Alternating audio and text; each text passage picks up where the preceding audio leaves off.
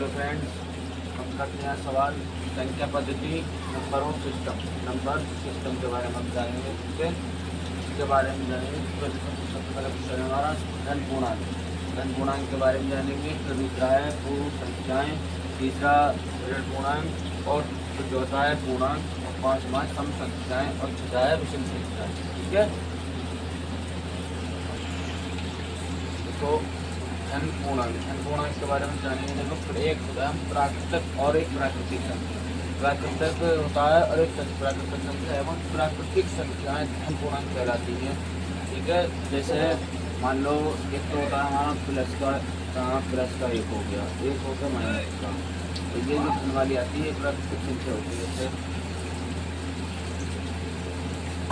तो ऐसे ही प्राकृतिक संख्या कहलाती है। जैसे 1 2 3 से लेकर 1 से लेकर अनंत तक किसी भी संख्या हो, 100 हो, 1000 हो, अनंत तक होती। इनका प्रतीक हमें इन्हें जो प्रतिशत करते हैं हम आई से या एन से प्रतिशत करते हैं।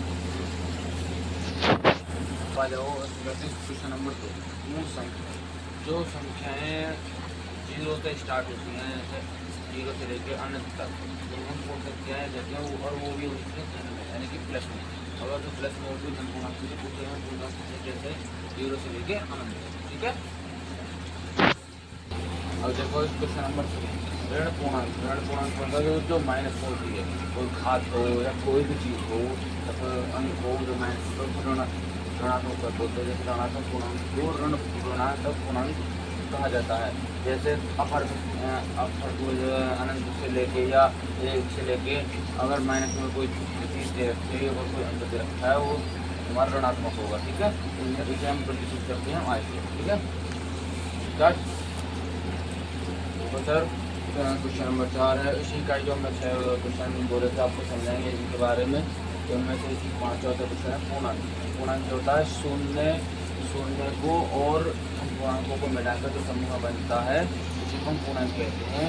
उसे हम आई से प्रदर्शित करते हैं। ठीक है, और क्वेश्चन नंबर 5 है सम संख्या किसको बोलते हैं। सम संख्याएं होती हैं जैसे 2 है, 4 है, 6 है, 8 है, 10 और ऐसे जोड़ा से जो आती है वो सम संख्या बोलते हैं। हम 2 से विभाजित होने वाली सभी संख्याएं सम संख्या कहलाती हैं। जैसे 2 4 6 अपरिभाषित मतलब ये अनंत है। ठीक है, जैसे सर क्वेश्चन नंबर 6 हो गया, इसमें इसी का पार्ट है ये भी। विषम संख्या किसको कहते हैं। ठीक है, विषम संख्या कहते हैं हम जैसे 1 है, 3 है, 5 है, तीन संख्या होगा। जो संख्या 2 से नहीं कट पाती वो उसे हम विषम संख्या कहते हैं। जैसे आ गया तुम्हारा 1 3 5 और अनंत तक। ठीक है,